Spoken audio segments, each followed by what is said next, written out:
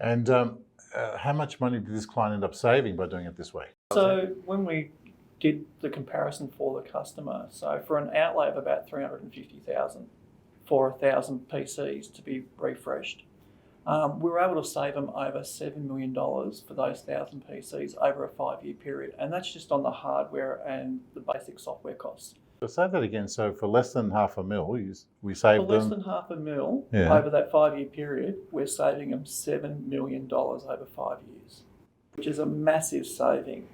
And going back to a point that Alan made just before, going from Windows 10, if you're not to Windows 11, you're then going into an unsupported platform with Windows 10.